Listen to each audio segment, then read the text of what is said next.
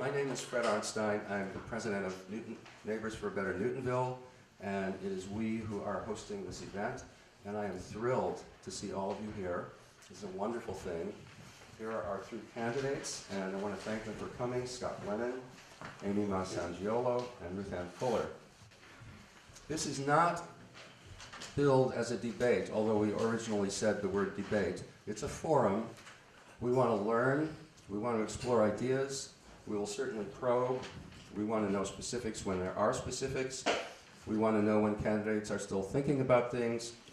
But it's a forum. It's a back and forth to learn where people are at right now.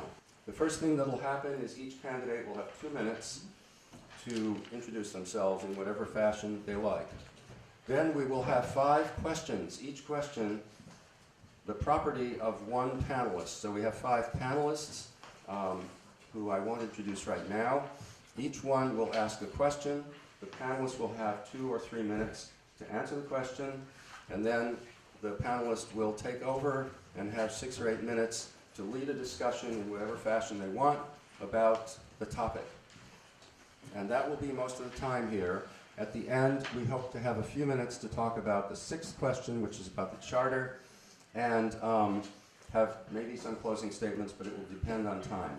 Hopefully by then you'll know enough about what these folks are thinking that even if they don't have a closing statement, it'll be okay. If any of you want to stay around afterwards to talk to the panelists, to talk to whoever can remain, that's great. And again, we welcome you here. This is totally wonderful that you could come and that we have a full and more than full house. I'm Scott Lennon. I am running for mayor of the city of Newton. I am a 3rd generation Newtonian. I'm a proud father of Jenna, who just started kindergarten at the Lincoln Elliott School, where I went to school. My parents were educated in the Newton Public Schools. My grandfather was educated in the Newton Public Schools, and I'm proud to say that Jenna will be graduating from the Newton Public Schools. Strong advocate for our school system. My dad was a firefighter here in the city for almost 27 years. The city of Newton provided my family, as I said, education, employment, community service, put taxpayer monies, put me through college, put my sister through college, put food on our table. And one of the reasons why I'm running for the mayor of the city of Newton is because I feel that this city has given me and given my family so much that I continue to feel that I owe this city. So that is the reason why I am running for mayor. I am also a professional. During my day job, I manage a $70 million budget for the Middlesex Sheriff's Office. I've been at a director level position in the state for 2 different agencies for almost 20 years. I am a proud city councilor. I'm about to finish my 16th year on the council. 8 of those years I have been the president of the city council. I was re-elected 3 times by my colleagues unopposed. I truly feel that that says a lot about my management skills, my ability to collaborate, my ability to communicate, and I'm very proud of the work that I've done with regard to city government, the tone of city government, how we work on the city council with my colleagues here and working with the executive office. I feel that I have the skill set to be the next mayor of the city of Newton, and I look forward to working with all of you. Thank you. Okay, Amy Massangiolo. Hi, thank you. So my name is Amy Sangiolo, and I'm delighted to be here with you, all of you today. I grew up in Weehawken, New Jersey. I am an only child. My father was a veteran of the Air Force, and my mother is a Japanese immigrant. Growing up, I attended the Weehawken public school system, and I also went to the Juilliard pre-college division and majored in classical piano. I went to Barnard College in New York City, and after working at some law firms, I ended up going to Rutgers Law School, where I earned my law degree, and I focused on environmental policy. I then moved to Washington, D.C., and I worked for several nonprofits, including the National Wildlife Federation, and then I became an attorney with the American Occupational Therapy Association. After I married my husband, John, we moved to our 2-family home in Auburndale, where we've raised our 3 children, all of whom have gone through the Newton Public Schools. I ran for office in 1997 because I was upset about a development project in my neck of the woods because of the lack of responsiveness and accountability of my aldermen. So for almost 20 years, I've been actively serving as your city councilor, focusing on zoning, land use, environmental policy, education, and services for our seniors. It's important to me that Newton residents have a responsive and accountable government. I want to champion your issues facing all of Newton residents, and I hope to earn your support and your vote in September. Thank you. Okay, Ruth Ann Fuller. Good morning, everybody. Thank you, Fred, for organizing all of us. Thank you for coming out on Sunday morning. Newton is an incredible place to live. This is literally one of the safest cities in the United States. Due to our terrific teachers, we have one of the best public school systems in the Commonwealth. It's a place filled with people like you who are active and engaged, and I am so proud that Joe and I, 25 years ago, decided to settle here. We've made a lot of progress in the past decade, but I see real challenges and a lot at stake going forward, and that's why I'm running for mayor. Before running for office, I served as vice chair of the Citizen Advisory Group, and I'm proud of the work we did. We created a plan that SETI did use to try to make Newton more fiscally disciplined and accountable. And during my 8 years on the council, I've worked day in and day out to improve our public schools, to invest in our infrastructure, and make sure our tax dollars are spent wisely. We're going to talk about this in the coming minutes, but we face serious challenges ahead. But I've spent 30 years in the private sector, nonprofit sector, and here in the public sector, tackling hard and complex issues. I think I have what we need right here, right now. The vision, the leadership, the experience, the independence, and the financial expertise to move us forward in the coming years. It's time for us to take charge of our city's future, proactively mapping out what we want our city to look like in the future and what we together want to make us be. Leadership of our city is about listening carefully, giving a powerful voice to the people who live here, then knowing how to build consensus and when to make the tough decisions. I'm convinced that I've got that to do and to be that next leader of the city. Thank you. Thank you all. And now I want to turn this over to the first panelist who will ask the first question, which is Lynn LeBlanc. Thank you to the candidates. Thank you all for making this Sunday morning your Sunday morning. We really appreciate it. The first question. Over 3,100 Newton residents signed a petition against the mixed use for rezoning of the Orr block, citing density, overcrowding, and the loss of suburban life as their main reasons. And notably, every other high-density housing project in Newton has been met with neighborhood opposition. It seems irresponsible to encourage this type of high-density development, which brings with it property speculation and an expansion of costly services without consulting residents on how they feel about a more expensive and urban city. So my question is in three parts. First, would you explain your vision for Newton and what this would mean in terms of the height, mass, and locations of new housing and mixed-use for development? Secondly, there's tension between the many residents who chose Newton for its suburban environment and regional growth advocates, but your constituents live here now. As mayor, do you see your primary responsibility to your Newton constituents or to regional growth advocates?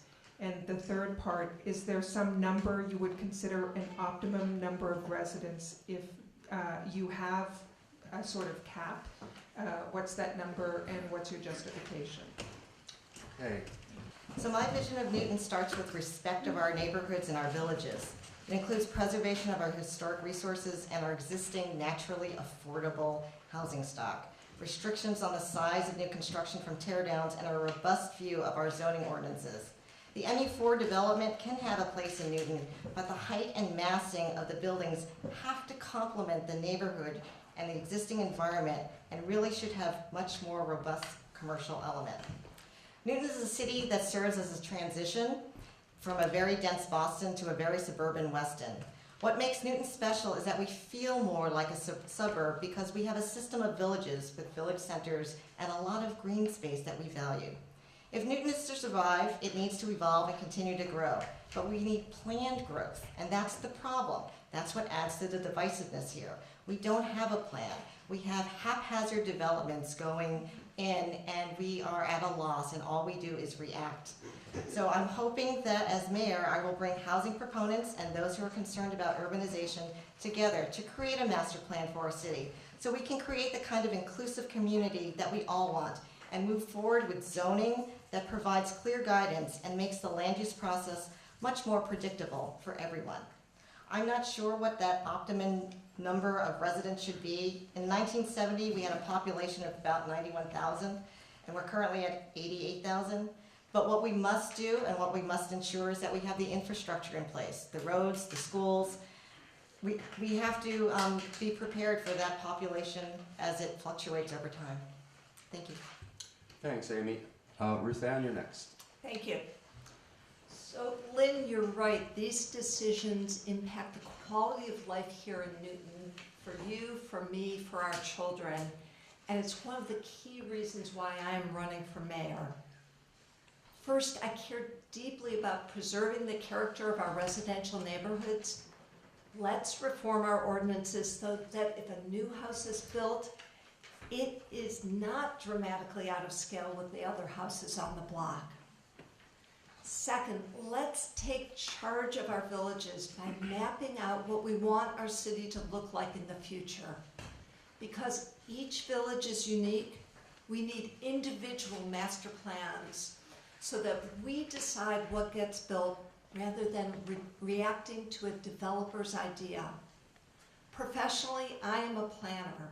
I know how important it is to have a comprehensive plan rather than zoning by special permit. By working with residents, businesses, and stakeholders, we can create a vision for each of our village centers and have 5, 10, and 25-year plans. Third, we do want to ensure that Newton has diverse housing options that allow seniors to downsize and to stay here in Newton, and affordable housing options for working families. I envision villages that have mass transit, that are vibrant and walkable, with a broad range of businesses, enough already with just banks and nail salons. We need a combination of retail, office, and residential. Seniors, young people, and folks with a variety of income levels will live there, go to restaurants, and shop at businesses like Newtonville Books. And because of the mass transit, they may have one car rather than two. Lynn, you asked how many residents and how much housing should we have here in Newton? As Amy mentioned, we have about 88,000 residents and about 32,000 housing units right now. So this goes back a way. There was a 2007 comprehensive plan. They suggested a maximum of 35,200 units. Let's update that comprehensive plan and decide together if that's the right number. I envision moderate growth, but let's decide together and we take charge of Newton's future. As a city councilor, I've taken a balanced and thoughtful point of view when it comes to development, listening carefully to residents and business owners and the people in the neighborhoods. And as mayor, I'll continue to do that. Thank you. Thanks, Ruth Ann. Scott? Thank you, Fred, and thank you, Lynn, for your question. I'll try to address each specifically. Overall, my vision for Newton government is to have a responsive, interactive, transparent, and sustainable government in all areas of our city government. With respect to your first part of your question on development and housing, I support and I voted for the MU4 district zoning. I believe that we do have the ability to add a little bit more density around some of our village centers, not all, but in many. And I do believe that by doing that, we have to do it around transit options. I will strongly look for affordable options and options for seniors, not only within our village centers, but throughout Newton. I have my own specific example of a sister who's trying to move back to Newton, who lives in Framingham with her husband and 2 children who grew up in the Newton Public Schools, who would like to make their way back to Newton. And that's something that I'm always going to keep in my mind and strive for as mayor of the city of Newton. And I know that seniors need options. We talk about how we can help them to downsize and live in our community and stay in our community and provide them options to do so. I am passionate about having that happen and understand the need to do so. I will work to ensure, specifically with regard to height and mass and locations of new housing, as you ask, as I always have as someone who served on the land use committee, to look at these projects on a case-by-case basis. I think that we try to do our best in our land use committee to apply dimensional controls and things that we look at in terms of mass of projects. I think it's extremely important that we continue to do so. MU4 may not be possible in every village center. I totally understand that. I will proactively look to connect with residents and stakeholders and continue to have conversations in advance and where it makes sense. Height and mass, as I mentioned, we work extremely hard to mitigate these with all petitioners. And I understand that as we work towards our zoning reform and our context-based zoning, that we'll continue to look to do that as we move into the future. I'll use an example that I used on the land use committee with a project in my area, working with a developer proactively and working with the neighborhood proactively to try to get what their needs were, but also make it work with the neighborhood. That's the vision that I see in Newton. You talk about the tension that goes on in the city, Lynn, and I appreciate that. As someone who's been on the council for 16 years and 8 years as president, I consistently look to find balance with resident input. And we have to do that in the area of development, looking at regional trends and local trends, but also bringing in people with expertise on specific matters. Proactive planning, communication, is something that I've always worked on collaboratively. We'll continue to do that as we work through zoning reform. Properties, I look as mayor, properties and parcels that pop up that we talk about, they don't just pop up. As mayor, I know that for the longest time, petitioners come in to talk to the mayor about a vision for their project. I envision taking that to the next step and working with area councils and groups such as yours, Fred, to bring them in on the front end and work to find out what would be a better project for a particular neighborhood. I've worked with the council to find specific public benefit, not only on projects that we've worked on for the immediate area, but for the city as a whole. That will be part of my vision. And I understand the tension of trying to be a suburban environment and an urban environment. There has to be that flexibility, and as we continue to talk about zoning, context-based zoning, we will look extremely hard at those transition areas that we're all talking about. The last piece, when you talk about a number, Lynn, and what the right number... We're past time. Oh, I thought I was waiting until the... You were? Okay. I just wanted to say that in terms of a cap, that would not be my vision to find a cap. It would be to ensure that, if you look back in the 60s and 70s when our numbers were up over 90,000 in this city, and we're approaching that now, I would only say that I would want to balance that to what services that we're providing in the city. I don't know what the right number would be. So. Okay, Thank you for letting me go a couple seconds. Thank you all. Tariq, be more flamboyant. And okay.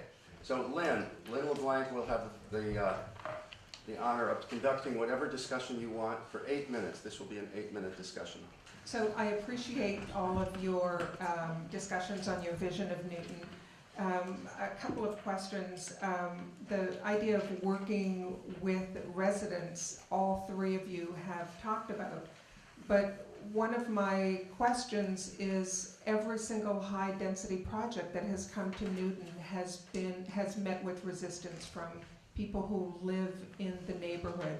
And it seems that there's an imbalance wherein people who live outside of neighborhoods don't feel the pressure and so might be more willing to speak out in favor of a project that neighborhood or that village residents object to. So that question really comes down to a second part, which is you've all been on the council. You know that there is this tension between neighborhoods and developers and what the vision is for Newton, yet you've all voted for high-density projects. So how do you reconcile that? We have to listen very carefully to the people who live closest to any project. They walk that neighborhood, they drive that neighborhood, their kids are right there. It's essential to listen very carefully to the neighbors. And I do understand that we are one city and 13 villages, and that there is a tension between what our view is of the city as a whole and then where one individual project might land. But this is when it's so important to proactively create a plan for, let's say, Newtonville, given that that's the group that is here today. Had we 5 years ago come together with the neighbors, with the business owners, with the stakeholders, and yes, there are advocates, there are housing advocates, we've got a Chamber of Commerce that advocates for business. Bring us together. Had we done that 5 years ago and thought about Walnut Street, Washington Street, and think about Court Street, what's going on in the residential neighborhoods. And yes, this is hard work. It's not easy, but together, I actually think almost everybody in this room shares the same goals. We all want vibrant villages. We all want affordable housing. We want context-based buildings.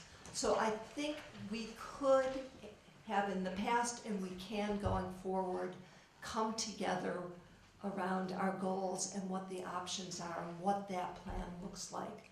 I'm convinced we can do this. So Lynn, I just want to say, I think for years, abutters have always been getting a bad rap. People don't understand how important it is when a high-density development or even a low-density development comes within a village center or, right next door to you. How important it is to really empathize and understand what that impact is going to be. And to me, I've always tried to be that advocate, the advocate for the folks who are going to be most impacted. Yes, I voted for some developments that were, I don't consider high density. I think the Ore Block is a different animal, and that hasn't gone to a vote yet. But for like Austin Street, for me, the turning point on Austin Street was the number of affordable units. And I know that people are very angry about that, but I own that. As far as I'm concerned, was it a great project? No, but it got to be a better project for me to vote for it because we got that extra affordability in it.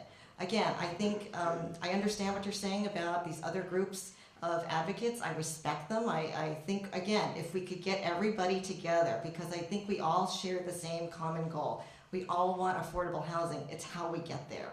And Ruthann was mentioning that we should have done this 5 years ago.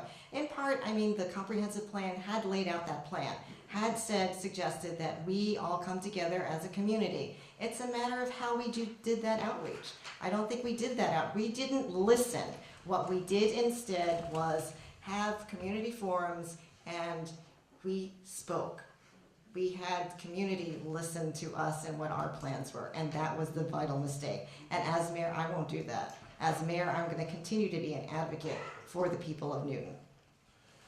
Thank you, Lynn. Just to follow up, I agree with much of what Councilor Sangiolo said in terms of being that proactive advocate. I do agree with that.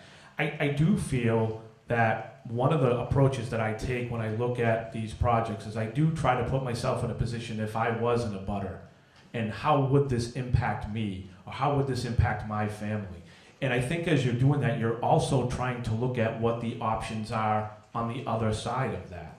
I think we try to look at these projects when they come in, and if I understand where folks are saying that we're not listening, I think in many cases, if you take Austin Street, and if you take the OR project that we were just previously deliberating, we are listening to what folks are saying. We may not agree, but I think in many cases, groups like this, abutters, I can name numerous examples of sitting on land use where we've listened and tried to work conditions in that will work. You're trying to weigh all sides of the issue. And I think that myself, I've always tried to figure out where do I come down in terms of how this would impact the immediate butters, how this would impact the city as a whole, and how would this impact if I lived there. I want to understand how it would impact my family.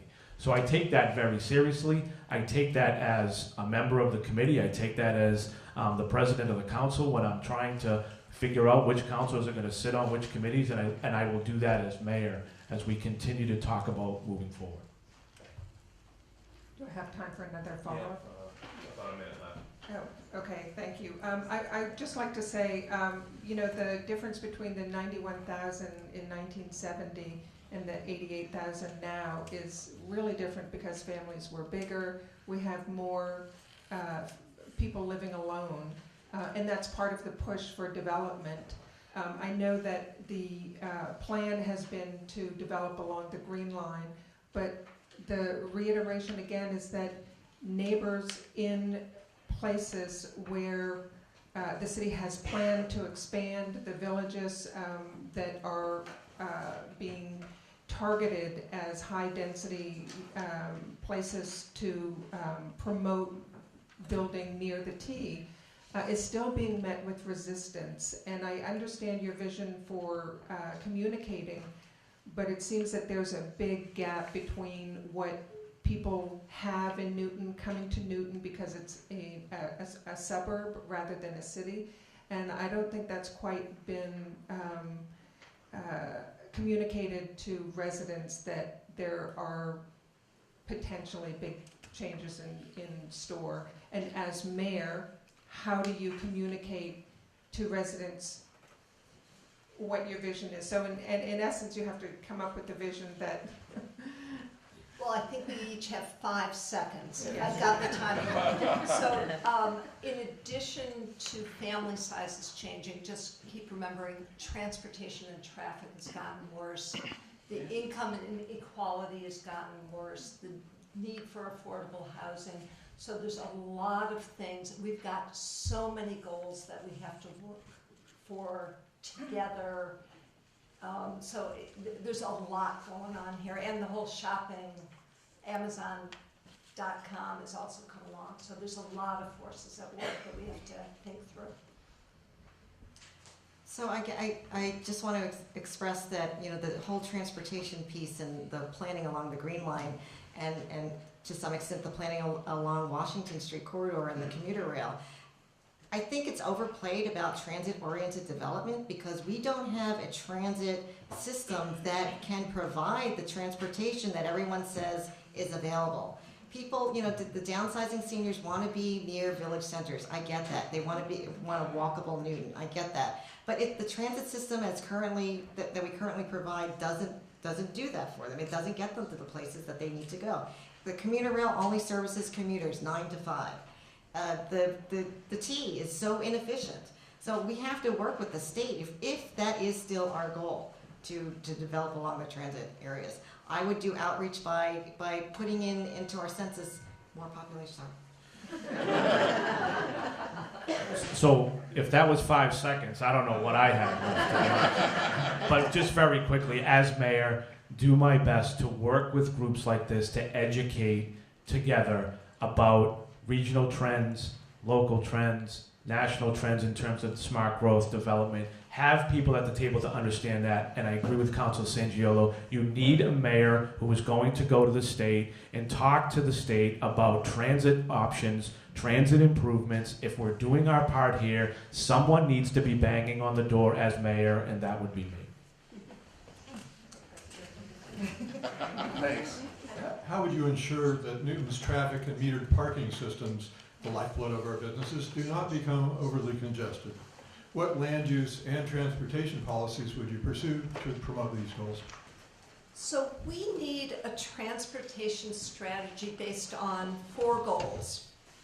Serve all users on our public streets, young, old, regardless of ability or whether they're driving, walking, or biking. The fancy word for that is complete streets. 2, eliminate fatalities and vastly reduce injuries. Vision Zero is what that's called.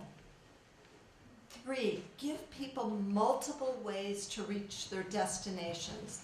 That means fixing our roads and sidewalks, advocating, as President Lennon said, for better MBTA service, but also exploring alternatives to the T's, shuttles, bike share, car share. And 4th, reduce congestion and emissions by encouraging and enabling more walking, biking, transit, and ride sharing. That helps make traffic flow better. What does this translate into? Changing the geometry of intersections. That organizes traffic more efficiently, makes crashes less frequent, creates safe places for pedestrians and cyclists, and shortens crossing times. We also have to upgrade our traffic signals. This means avoiding unnecessary queuing. You have safer crossing for pedestrians and cyclists, and it improves traffic flow. Got 30 more seconds, right? Okay. Managing parking properly by having the right number of spaces priced appropriately and in the right places to reduce the number of cars circling for spaces and adding convenience for shoppers. And 4th, creating more transportation options. If we can reduce short, single-occupant car trips within Newton by just 5 or 10%, you see most of the traffic evaporate. And that key gap is that last mile between transit stop and a traveler's destination, and there's a lot of exciting opportunities to close that last gap. Thanks. And we'll go to Scott next. I understand that if as president, I'll stick to the time, please. No. I want that to be easy for you. So we want to let you know in a way that you know. Tariq, are you giving 15 seconds? Or 30. Okay. Great, thank you. So to specifically your question, Peter, about parking and being the lifeblood of our businesses, I do partially agree, but I also believe that lifeblood is with regard to the customers that go to the local businesses. Our transportation plan, I think that what we've looked at, and I do agree with, we need to do our best to try to get people out of their cars as we move through this city. We need to continue to promote safety, biking, walkability, public transit, and vehicles. How will we be doing it and where we're going? Parking needs to be online with safety and our different modes of transportation. We need to ensure that the parking needs of businesses. Yes, I will agree with that. I am also strongly will ensure that transit demand management includes access, turnover, and enforcement. One of the things I do hear from small business owners in my area is that there's a balance to the enforcement. They like the turnover, but there's also sometimes an increase in enforcement when someone's just running in to get a sandwich or to get their hair done or go to the nail salon. There has to be that balance. Do we need to look at our parking criteria? Yes. For years now, we've been talking about parking credits and how these work and who's coming in to get credits and how they work. And if you have a restaurant that's going in that's part of our village center and part of the vitality of our village center, how do we make that work for them in terms of being able to park in the evening. How can that count towards what we're doing? So I agree, we need to continue to assess needs, technology, and the philosophy of having more parking that encourages more cars. I do subscribe to some of that philosophy, but I wanted to make sure I stuck specifically to your issue about parking. Amy? First, I think we need to do a parking assessment. We have to understand the particular needs of the community and the businesses. We got to develop a menu of options for all users by identifying areas that are appropriate for short and long-term needs and restrict parking accordingly. This has worked here in Newton Highlands and is working in Auburndale. We should have different pricing levels for parking, higher costs for the higher demand areas and lower prices for lower demand. We should partner with our businesses and houses of worship who have available parking and to see if there are times they can make their parking available to the public. To manage congestion, I would employ drop-off and pickup zones similar to what we have at many of our schools to ease that unloading and loading and encourage other transit options by requiring transportation management plans, particularly from our larger employers in the city. I think we also have to have a transportation demand management strategy for our city employees, particularly our schools. I think it's unfortunate that we plan for so much parking at our schools, and that really adds to the congestion in the city. I believe in rideshare opportunities and also believe the city should have a shuttle service, kind of like the jitney service, but hopefully better managed, and provide internal transportation using the funds that were required in the old days from special permit applicants in the past. That money's still available, and I still want to go after it. Okay, lots of good ideas, lots of good goals. I'm really concerned about the implementation and the planning. When you look at how Newton itself has created a lot more Zipcar spaces or bike lanes, Ubers around more and more, it seems like there are more alternative modes, but I wonder, is it your experience or your sense that say even since the Austin Street project was introduced about 3 years ago, have we had a reduction in people using vehicles? Has the transit picked up? And where do you see things going in the next 5 years? Do you think in the next 5 years we'll be driving a lot less? I don't have the data to give you the specific answer. What I do know is that what we've done in the last 10 years isn't sufficient. That looking ahead, traffic is still getting worse. It's still hard to find a parking place at prime times, not everything, but try Saturday noontime in Newtonville. That's a hard time to find a parking place. So what we've done in the past isn't sufficient. So we're going to have to do more. There are the new technologies and the new way of business offer some hope between, driverless cars. That's probably not in the next 10 years, but looking out, that's going to be some hope, particularly with parking. But I don't know how quickly it's going to get here, and we've got to get from 2017 to 2027. I would also add, while I would be an advocate at the State House with the MBTA for more service in Newton, I don't want to pretend that that's going to be really successful. Do I see Newton getting much better service on the commuter rail?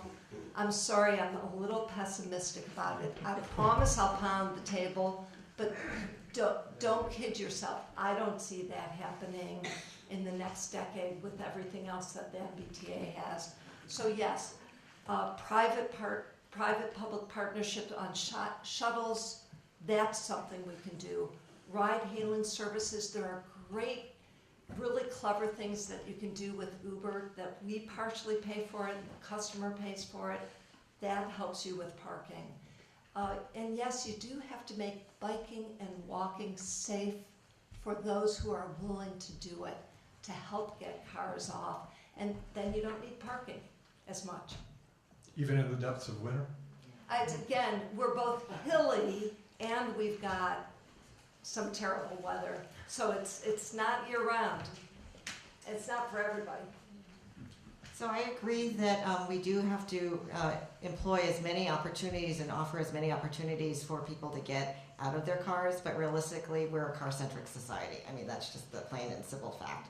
But as long as we offer safe bike lanes, safe bike routes, and as long as we offer alternatives like the ride sharing, the Ubers, the Zip cars, I think as long as we have those opportunities available, it could encourage people to not bring cars to the community, but again, we are a car-centric society, and I don't see us getting away from that totally. I would like to. I want more fuel-efficient, certainly fuel-efficient and electric vehicles on the roads. But we, again, offer as many opportunities to get people out of their cars, walking, biking, using the commuter transportation, public transportation. We have to advocate. Ruth Ann may be a little more pessimistic than I am, but I think as long as we go and we continue to advocate to the state, we have a fighting chance of getting the kind of service that we deserve because it cuts all through Newton. Peter, I'm going to try to answer your question very directly. When you talked about what we're looking back and what we're doing looking forward, let's ask the businesses. Okay. Let's bring them to the table and ask, what are their customers saying when they're coming in or not, or customers that used to come or not, and figure out what we're doing. Bring them then to the table with our EDC, with our regional chamber, with our area councils, with the businesses. Again, I'm getting back to proactive, balanced communication. You talk about the lifeblood, if it's parking, if it's customers, well, let's get them to the table and let's figure out what's working for them or what's not working for them. Still have some time? 1 minute total. Okay, quick question. Ruth Ann, responding to Lynn, you said you'd like to see 1 car per household in new developments, I think, or something like that. That was the formula they tried in South Boston, and South Boston found that it didn't work that well. They had to rezone. Now it's 1.5 to 1 in their new developments. So I wonder, to my mind, it seems like South Boston's more transit friendly than we are. It's got more options. So do you think the 1.25, for instance, at Washington Place and the Orr Block, is that really going to be enough for people? We've got to get that parking requirement really refined, and you've got to get it right. And I make a big distinction between the commuter rail and the Green Line. The amount of service is so different that I think we need different parking requirements in a Newton Center to a Newtonville. And do we have it exactly right? I'm not sure, but that's something as mayor that I will make sure we do get right. Okay, Amy? So, I don't think the parking requirements that we have necessarily reflect the type of developments that come in, and I think we need to revise those standards. Was there enough parking required in that particular petition? I don't think so, but that's just my opinion. I think it would depend on where the project is, what the project is, what the mix of retail to housing is. I don't know if I would want to put one blanket requirement on it. I would want to maybe have some flexibility as to look project by project. So. And just a side point on ride sharing. That's a misnomer. If you drive for profit, you're not ride sharing according to Massachusetts law. And Uber and Lyft had 8,000 of their drivers disqualified for criminal records and things like that lately. So, once they get adequately regulated, they might not be quite the panacea that people think they are right now. But that's my taxi driver's point of view. Continuing to refine our timeliness methods. Kathleen, it'll be your turn to ask the question. We'll get 2 minutes each to answer the question. And when you conduct the discussion, feel free to tell people that there's a time limit. We'll keep track of that. And I'd also suggest that you start in various places if everybody's going to, so that people get different chances to talk. Who should answer first initially? Thank you. In this one, Scott answers first. May I call you all by your first name? Of course. Okay. Thank you for coming and subjecting yourselves to this. I truly appreciate it.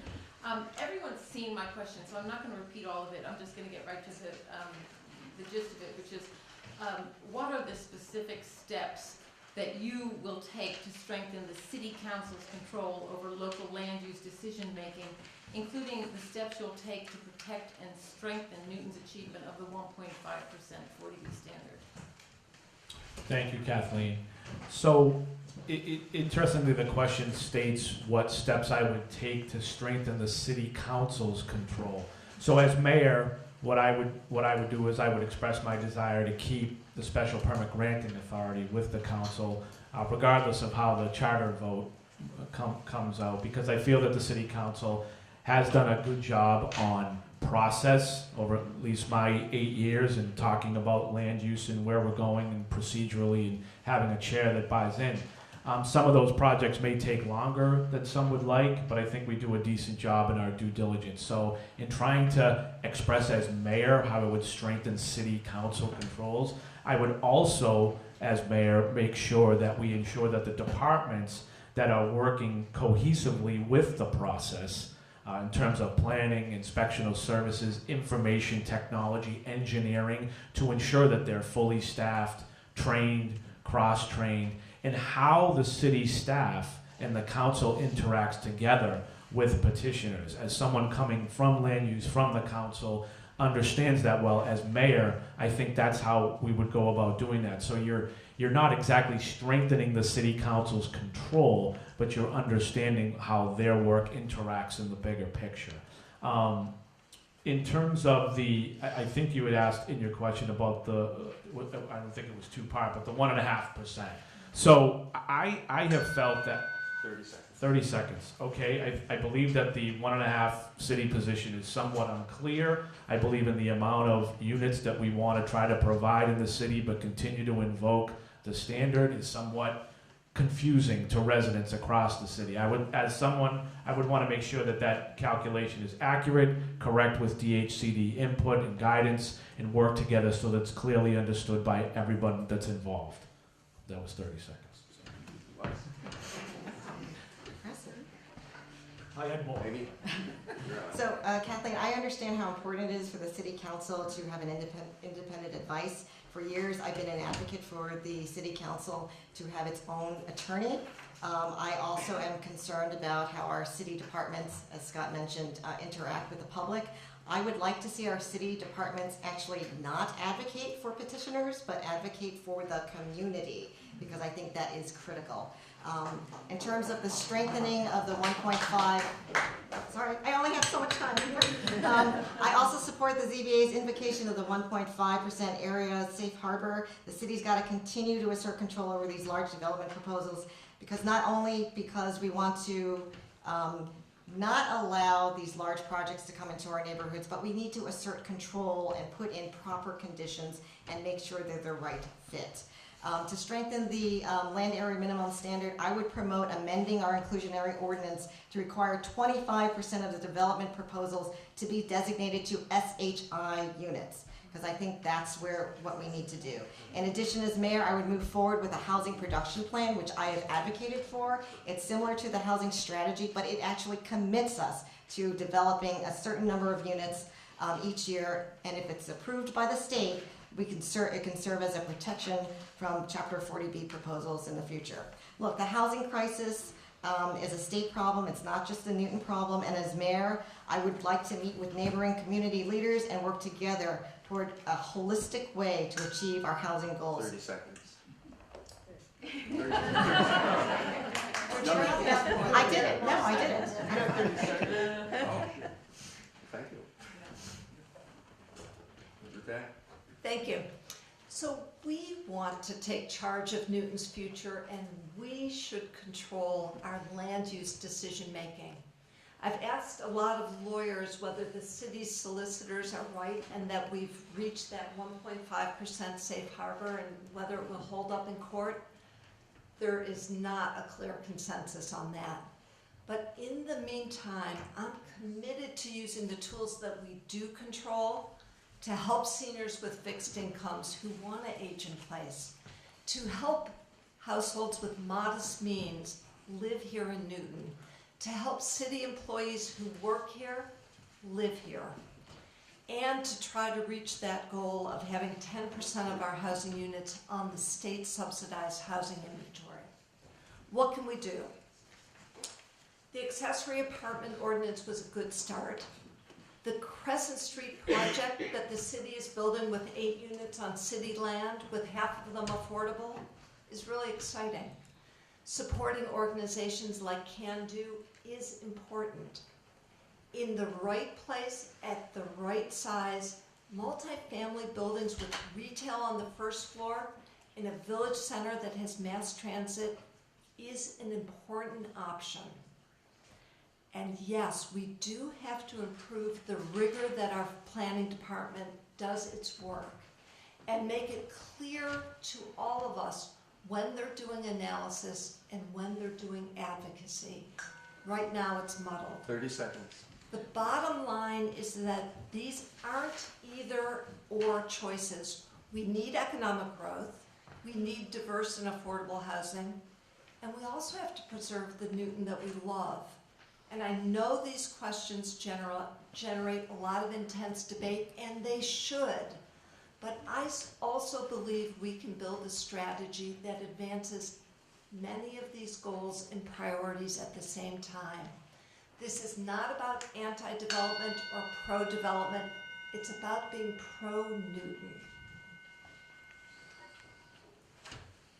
I just want to make a little observation. In this room, there's a lot of expertise about 40B, and we're quite confident we've surpassed the 1.5%.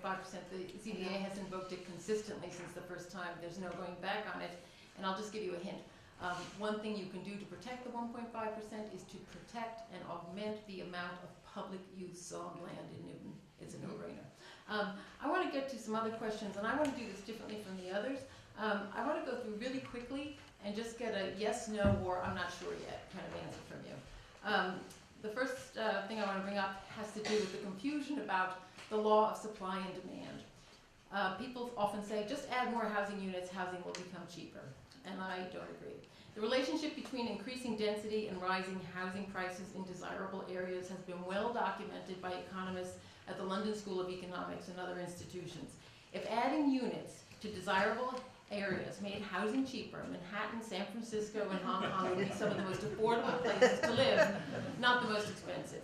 And upzoning, allowing more units to be built on a lot, increases the lot price because the speculator will pay more to get it, as Mr. Korf did with the Ore Block. And that's happening routinely in Newton. Since densification, whether through overly generous special permits or the zoning reform process, which seems to be being driven by developers, densification is making Newton less affordable for everyone and literally displacing some people. I want to know how you feel about the following ideas. Would you do the following as mayor? Could you just give me a yes, no, or I'm not sure yet? Would you restart the zoning reform process with an emphasis on preserving and reducing existing densities, preserving and adding to public use zone land, and seeking public use zoning for Webster Woods, golf courses, and college campus land? Let's start with you, Roseanne. So you're asking 3 different questions, right? Yeah. So do them one at Okay. go through the last one. College campus. Yes. Yes, good. But to help me out, Golf courses. Would you negotiate with golf courses to get them rezoned as public use? I'd try, sure. Okay. And then the other one is Webster Woods. Try to negotiate public use zoning for as much of Webster Woods. Absolutely. Okay, good. Amy? Yes, yes, yes. Scott? Can you just, golf courses, Webster Woods, college campuses. all 3 maybe.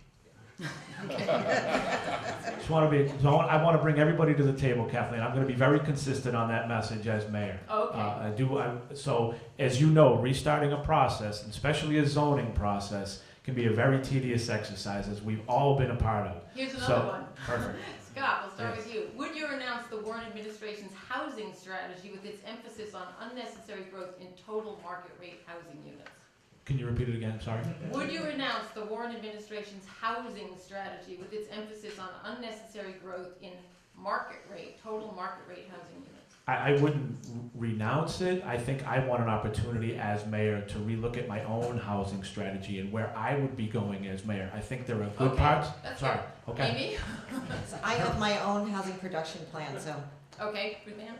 And no, yeah, I'm creating my own housing strategy and housing plan. Good, I'll tell Seti. Would you abolish MU4 because of its negative effects on our commercial tax base, fiscal health, and local land use control? Me? Yeah, go ahead. So, no, I would amend it. Like make it smaller? I am in favor of 3 to 4 stories, max. Ruth Ann? No, you asked if we would Abolish it? abolish it. No, I would not. It can be, in its current form, appropriate in some places. It's not appropriate every place. Okay, can you tell us where it is appropriate and where it's not? Again, we've got to do that master planning to know where it's appropriate. Okay, Scott, would you abolish MU4? I would not abolish. I would look to, and I think we'll address this in the next question, maybe there could be the possibility of adding some more commercial piece to that. I think that's in the next question. But I Okay. wouldn't abolish. Would you oppose efforts to undermine a butter's legal protections by voting against the rezoning of the Ore Block project with the developer's no devil stripe maneuver? I'm not asking about the special permit, I'm asking about rezoning. You are allowed to answer. Can you repeat it again? Would you oppose efforts to undermine a butter's legal protections by voting against the rezoning of the Ore Block project with the new devil stripe maneuver? So I'm going to say that I have my own opinion on that, but even though we can say it, I don't feel comfortable discussing it. Yeah, this is still before land use. We're going to be there Tuesday night discussing this, so I'm looking at this carefully.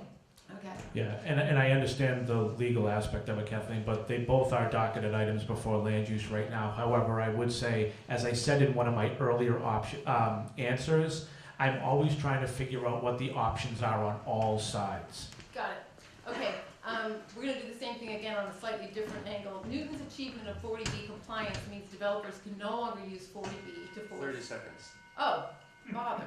Okay. Then I'll go through it a little bit more quickly. Will you reappoint land use and 40B expert Barbara Huggins to the ZBA? Yes. I don't know. Happy to look at it as it Yeah. then, sorry. Right. No problem. Happy to look at it because then it would be my appointment, not trying to approve someone else's.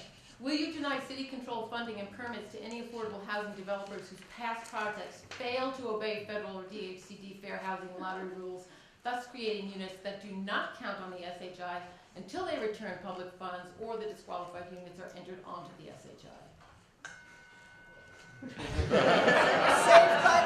Yeah, did you? Yes, no, I'm or just you trying to. don't know. I can't. You'd have to slow Eddie, down. Pearl, Commonwealth? I'm sorry, you'd have to slow down, say Yeah, that question yeah. All right. slowly. and Can I just I'm finish my last question? Yes, it's Okay, so would you deny city control, public funds and permits to any affordable housing developers whose past projects fail to obey federal or DHCD fair housing and lottery rules, thus creating units that do not count on the SHI until they return the public funds they received or until the disqualified units are entered on the SHI? I am speaking specifically of Pearl, Eddie, and Commonwealth. I'll take a chance. I'll just use my experience that I use in work every day. I would want to closely look to what we're talking about when we're applying like the 30B standard or on the state level of disbarring people. I would want to be really clear We're about what talking about more that than is. $3 million Yeah. in city control, city and federal money, We've and got the to units are not on finish up. the SHI. We've got to finish up. So my answer is going to be, I don't know. I can't process that quickly, your question, but I am concerned about that. I mean, we have a docket item before the council on that, so I am concerned about it. I promise to do what I always do, which is to do my homework and understand your question and understand what the law is. So I'll take it seriously, but I don't know what I would do. Thank you so much. Julia Maliki. Thank you. The city of Newton faces over $1 million in unfunded pension and other liabilities. Yet the current administration's focus on housing production and the preferences of developers threaten to reduce even further our commercial tax base. Without the deed restriction at Wells Ave and invocation of the 1.5% 40B safe harbor at 70 Rose Street, both of those commercial properties would be high-density housing. MU4 proposals amount to rezoning to residential with a big leap of commercial.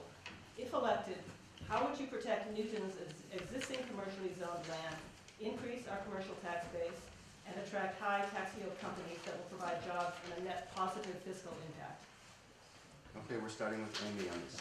So Newton has spent the last 50 years focusing on housing and residential growth, but now's the time to develop a strategy for business growth so we can support our city. Our city is really well suited to locate businesses here because we're located between the Mass Pike, 128. We have transportation services, albeit not as frequent and reliable as we'd like, but we at least have the access to transit. What I think we need to do is provide businesses with predictable zoning and predictable timetables. And if we really want to attract companies that will provide jobs and a net positive fiscal impact, that means we're going to have to make the city attractive to the young workforce. It's providing a variety of housing options and amenities for them. I think our MU4 can be amended, so it's, even though it does have that fig leaf of commercial space, we have to increase the amount of space that we want and lower the amount of residential. And MU4 currently has a bonus, a density bonus or height bonus for the for residential factor. I think we should do something like that for commercial factor. And we also should not rezone any commercially zoned land. Thanks, Ruth Ann. So despite SETI's work, the next mayor is going to have real challenges to tackle to keep Newton financially sustainable. Here's why. First, the city currently owes over $1 billion to our retirees and we haven't funded it. Second, 65 to 80% of our budget goes to employee compensation. So any sort of increase in the inflation rate puts a lot of pressure on union contracts. And third, there's a lot of capital investments still in front of us, funding street work, school buildings, Aquinas Ward, Countryside, and Franklin, among others, our senior center, police headquarters, DPW facilities, the Crystal Lake Bathhouse, and on and on. So an important piece of our financial sustainability is growth in our small but crucial commercial tax base. So it only accounts for 11% of our property values, but it's 18% of our tax base. And you understand here in this room more than others that most of the parcels that could be used for new housing could also be used for commercial properties.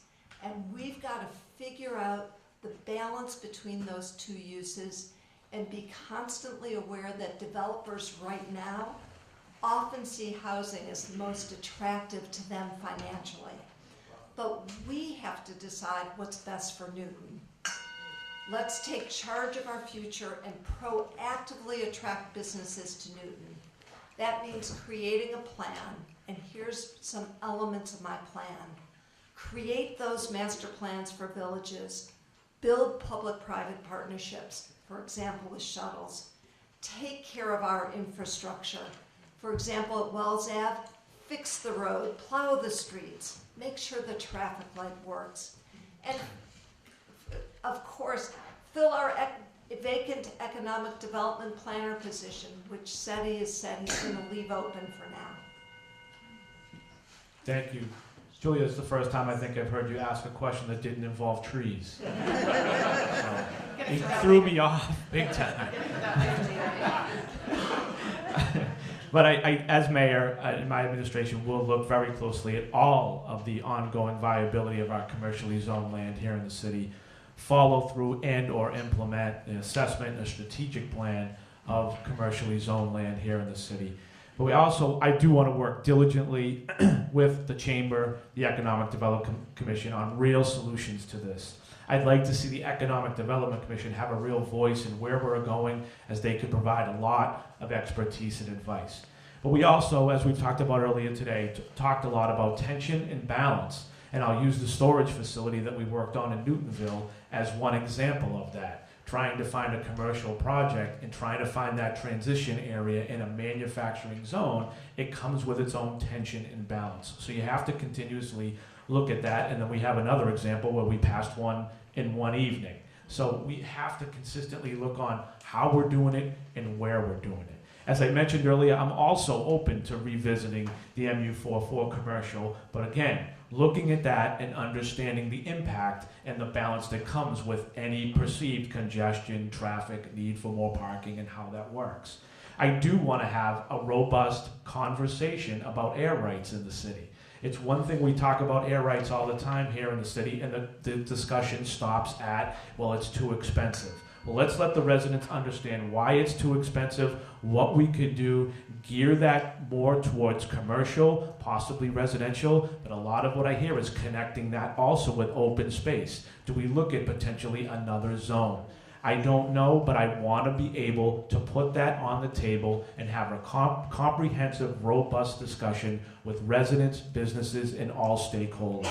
Real input driven by residents. Thank you. Okay, I'm sure those issues will get explored further in future events like this. I have some other fiscal-related questions. The mayor's fiscal year 2018 school department budget of $219 million is described as 55.5% of the city budget. But if you add to that the portion of the debt service, the pension and retiree health care funding, health services, property insurance, water and sewer, building maintenance, plus the crossing guards, and then the $500,000 for school bus parking that the mayor just said the city will pick up. It comes out, I calculate, 63% of the FY18 budget is related to schools, and continued residential growth is going to drive that even higher, which will create more incentive for people to move to Newton when their kids are school age and move out when their kids graduate. That's not a financially sustainable situation. Should there be a limit to what % of the city budget is devoted to schools? And let's keep it to 30 seconds. No, you cannot create a fast rule on that. The city budget, the largest part is the school budget, and we're going to have to manage our revenue growth and the expenses. Yes, our municipal and school budgets, they're both really important. And I would never suggest a rigid cap on the school budget. As a budget professional who someone does this on a day-to-day basis, managing a $70 million budget, I think it would be extremely hard to put a specific cap on. You're trying to understand what your core services are, how you plan for those 1 year, 3 year, 5 years out. I think that that's vitally important on where we're going, what services that you're providing. But and in terms of the bus that you mentioned, I want to get back though, Julia, to make sure that we understand that the school department is actually paying for curriculum and education and the core services that department should be providing. We pick up, I think it's close to $28 million we talked the other night about in services for the schools. But in terms of the bus issue that we talked about that the city picked up, that extra $500,000, again, it gets back to tension and balance. We looked at the neighborhoods and where we were trying to implement that. It was a very, very tough situation. I don't think any three of us at the table wanted to spend that money, but we went over that very carefully on how that was going to work,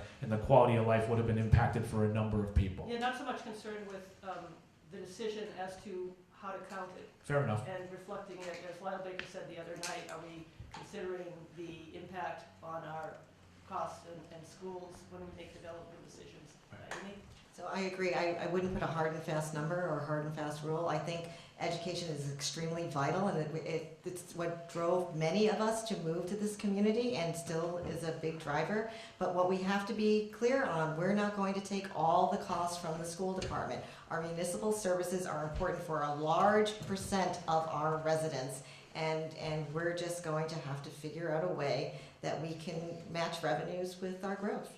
Yeah, I asked because it just seems like we could hit 70, 80, 90% and there's no restraint. I understand, yeah, I understand. Regarding the unfunded liabilities, fully funding the retirement system depends on the city increasing its contribution by 9.6% per year, every year through 2029. In dollar terms, that's $24 million.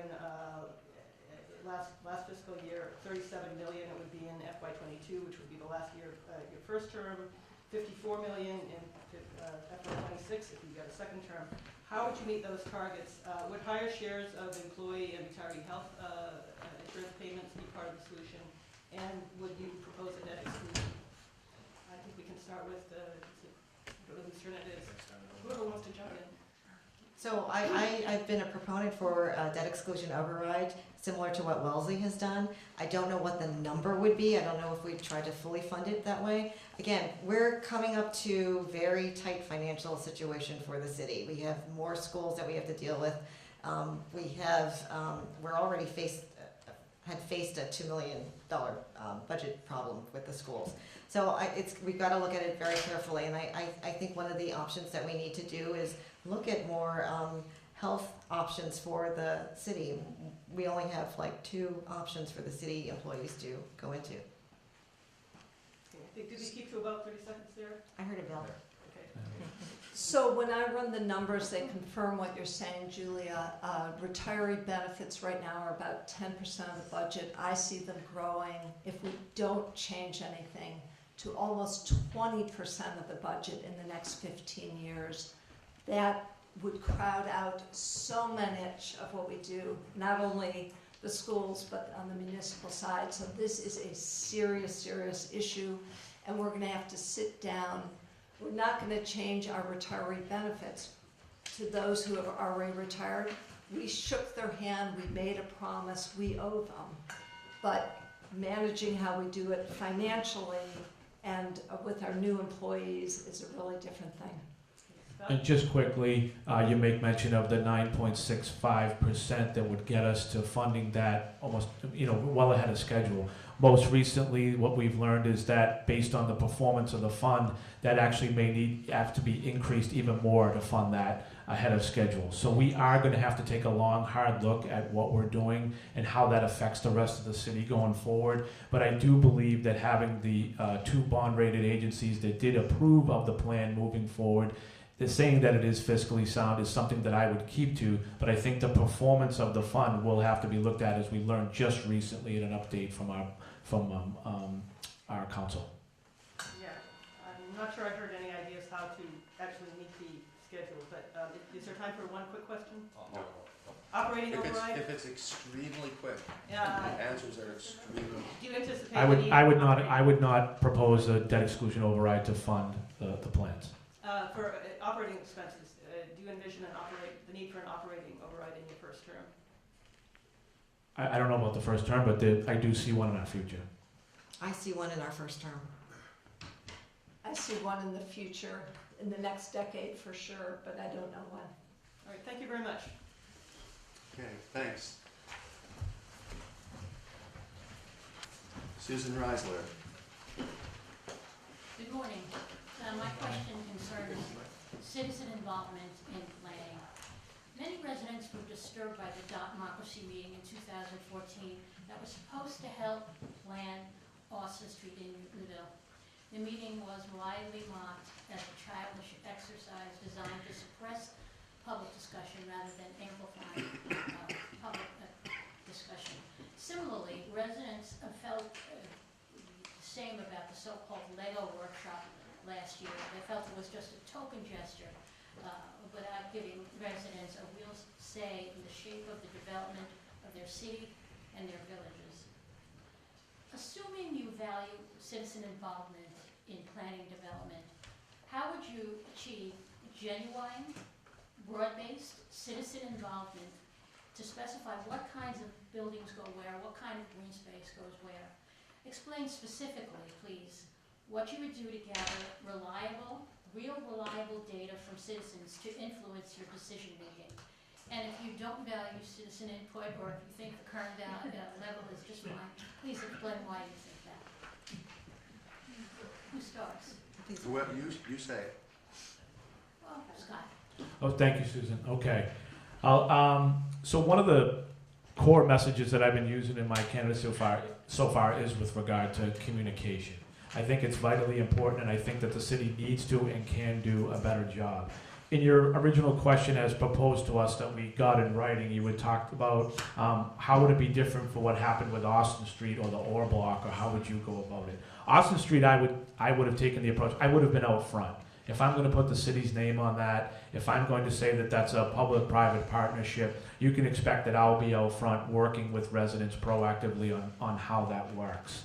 The Or Block decision, again, I know that there were a number of neighborhood meetings and community meetings, but again, it's all about the proactive pre-planning communication. As mayor, what I would expect to do is I want to put people at the table very early on. I would like to put people at the table that don't necessarily agree with my opinion.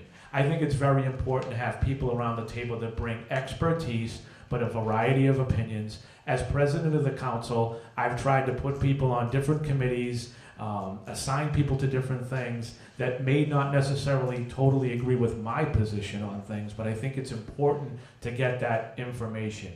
I think that a serious, upfront, communicative approach with people from all sides of issues is only going to make our community better. It is only going to make our approach better.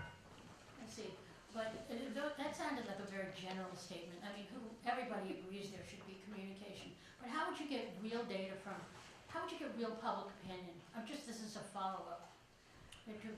Again, I would work with counselors who are from that area to bring people to the table who have expertise in particular matters, depending on what it is that we're talking about, whether it be land use, housing, development, public safety, city services, how we could solid waste, how we could work in environment, all these different types of things to put people at the table. Work with area counselors, work with residents, work with neighborhood groups such as this. We may not always agree on everything, but having them at the table proactively, getting ideas before we enter into anything is something that I have always tried to do in my 16 years as a counselor and would do that as mayor.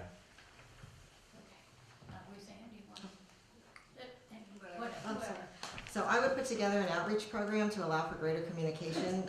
In the past, we used to have a census survey that went out. So I'd either do it quarterly and send it out with our water bills or tax bills. Making it a real survey to get information, having regular community forums where people have a chance to speak and not listen to the planning department or developers or the administration talking to residents. I'd like to have town hall forums on a regular basis.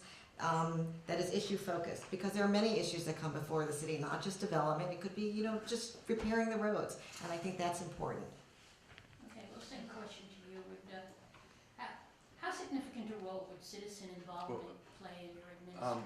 Has everybody had a chance? No, but I thought, Okay. I'm sorry, so would it be a large part of your administration, or? it would be a huge part. Outreach is very important to me. I'm one of the city councilors who has a newsletter because I want to make sure that residents know exactly what's happening. I don't know if anyone subscribes to it here, but I hope you do. amysangiolo.com. It is not a campaign newsletter. It's strictly to let everybody know what boards and commissions are doing, what our city council is up to, what issues are before us. That is so vital to this community. And area councils and neighborhood groups all need to know what's happening so that they can participate. Thanks, Susan. So as mayor, genuine citizen involvement will be a top priority, especially since we have to update both the comprehensive plan and to create individual master plans for village centers and commercial corridors. Neither the Austin Street nor the Or Block planning efforts reached sufficient members of the public or offered genuine, in-depth input and dialogue. Successful planning with substantive, real input from residents and business owners who have a variety of views can be done. Here's an example. In Somerville, a 20-year plan, which is very challenging to do, was done really well. Let me tell you how it was done. It was produced by the community for the community. It was directed by a steering committee of 60 Somerville residents, advocates, elected officials, and business people. It was not led by the planning department, and they used a 3-year public process. Seats were set aside for each unique neighborhood, nonprofits, and different business interests. And the steering committee itself determined the process. It wasn't created for them. Meetings were advertised heavily and held in all parts of the city. And then they used interactive public meeting techniques and individual targeted meetings. They had small group breakouts, real-time graphic recording of ideas, multi-language translation, and a public survey was done both online and in print through the mail. So what's important is getting input from all stakeholders transparently, collaboratively, and together we gather the facts, decide on the goals, think through the options for achieving those goals, and create a vision together for Newton's future that we can all be part of and proud of. Well, you bring up a very interesting point, and that is, how do you get broad-based citizen participation? Because only the most ardent people show up at the meetings. So I asked you, Amy, and first you, Amy, how you would get a broad-based participation. Well, I think the concept of doing the survey, a census survey where everybody has to return the survey, and I'm not talking about like the questions that they used to ask, like, do you like your public, are the streets clean, or is your trash being picked up? I'm talking about real issues that are facing the city, and I think that's the way to go and make sure that it's broad-based. Would you be willing to consider hiring an independent survey research firm? Sure, absolutely. I would really like to do something like that. I think it would be excellent. One of the other ideas that I had was maybe a couple times a year is to have a town hall forum or go neighborhood to neighborhood to welcome new residents and new businesses to the area to understand what ideas that they have and have an avenue for new residents to understand how to get involved in their city government, have the ability to have different departments there, or someone who could talk about boards and commissions and get them involved. A lot of new residents I've gone out and talked to, knocking doors, are saying, I'm new here, I don't really know much about the city or city government or how that works. Those are great people to get involved at the front end, maybe bring a lot of expertise to a lot of different issues. So that's something that I would look to do as mayor, whether it be done at City Hall or go out all through throughout the entire city. Thank you. Mr. Moderator, I'm done. If you're finished, you're finished. Okay, thank you. We have time? If you have one question, we asked people, and you probably remember this, we asked people to submit questions in advance. We have about a half dozen of them. Kathleen, if you can give us one of those questions to be answered. Let Sally go first. Well, the first is also last. Okay. And this will need to be very quick. Literally 1 minute to ask the question and 30 seconds or whatever to answer it. Thank you very much, and thank you to the group for allowing me to be here today. Not from Newtonville, I'm from Waban. And I have a question for all of you about that commission that we elected a year and a half ago that on Thursday signed a proposed charter for the city that kills our ward aldermen. They lie dead, we have less representation, and therefore another mechanism for citizens to be represented is left. It is area councils. Do you have a plan, and this would have to come from the mayor's office, a plan to cover our city with area councils that are under the law, covered by open meeting law, transparent, speak to the people in the communities, and could bring some representation back to the people with no ward alderman? You're saying, would I keep the No, not keep. Would you take a map of the city? yeah, we talked about and this. cover this? Yep. And look to whether it be, I think what we had talked about, Sally, too, was whether it be done by a particular area or ward or however it would be done. I would actually think that that's a great idea, to look to see what neighborhoods are being served, what neighborhoods aren't, if there's an area council, neighborhood association, how that would work.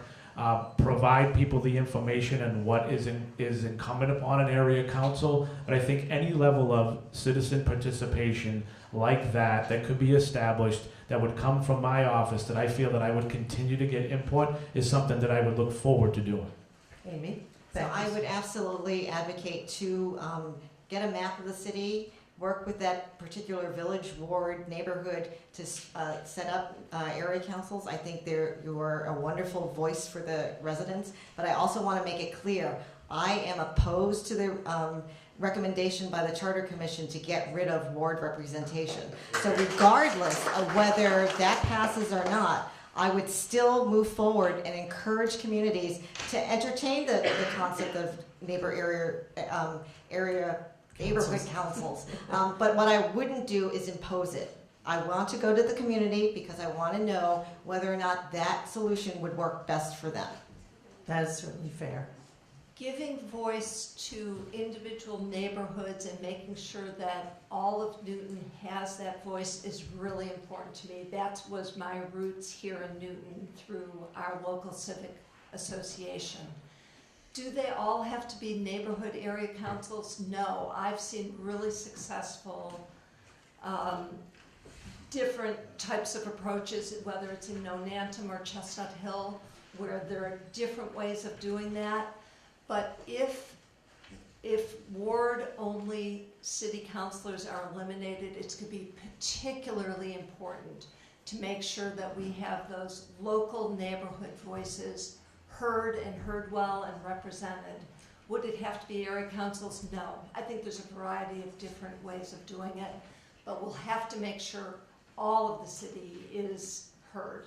Well, you need to remember, I'm not arguing with you, but I just want you to keep in mind that area councils have to have meetings, they have to record their minutes, they have to be open, transparent, public, and other neighborhood associations do not have to do that. So if you really want citizen involvement, my suggestion would be that you look at that from the mayoral's position as something that you could promote. That is one way of providing it, but I know a lot of different mechanisms that are also open, transparent, and deeply involved. So it isn't the only solution in my mind. Sorry, can I just follow up on that and just use a specific example? In Nonantum, the 3 ward councilors did go to the neighborhood association and explain to them what the process was to create an area council, and they were not in favor of doing that. We presented all the options. So it's similar, I think, to what Councilor Sangiolo was saying, was that they were provided that option, and they chose not to go forward with it. So Just want to follow up on that? No. The elimination of ward councilors. Are you for it or against it? And I think you've all said. And why? Why is it a good idea to not have ward councilors or to have Ruth Ann, why don't you start? And I'm gonna ring pretty quickly. What the Charter Commission has proposed is not how I would have designed it. I liked the double districts where you would still have that type of representation elected by the double districts. That was my first choice. On the whole, though, I am going to support the Charter Commission recommendations. I think it's representative. Each voter in Newton will be able to vote for all 12. It's responsive. We're guaranteed that there will be one counselor from each ward, and it's effective because right now with 24 city councilors, that is getting in the way of being able for you to contact 24 people is literally impossible on a fast-moving issue. So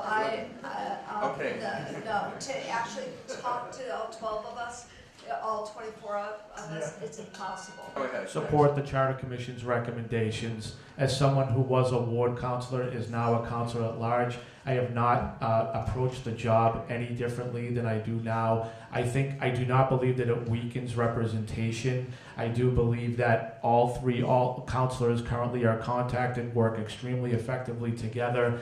I actually feel there'll be more scrutiny on individual votes, amount of work, who does what, how that happens. So I do see that there is an appetite for that in the city. I do think it will bring more responsibility, more accountability, and as someone who has served at both, I haven't approached the job in a different capacity, in a different way. Thanks. Amy? So I oppose the Charter Commission's recommendation. I happen to believe Please. that our system currently works, but if the public wants to reduce the size of the board, that's fine. But get rid of the at-large counselors, not the ward representations. Ward counselors are your access to local government. They are your voice. They are your advocates, and that is so extremely important. Democracy is not efficient. Democracy is about being accessible and being accountable, and that is so very important to this community. I've learned at the Land Use Committee meetings, you are not supposed to applaud for any.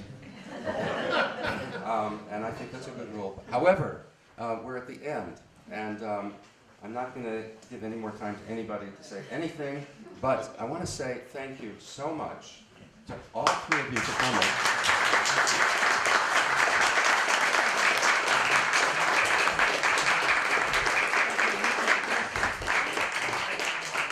Okay, thanks, folks. And if you want to stay, if any of you are able to stay to talk, ask questions, please do.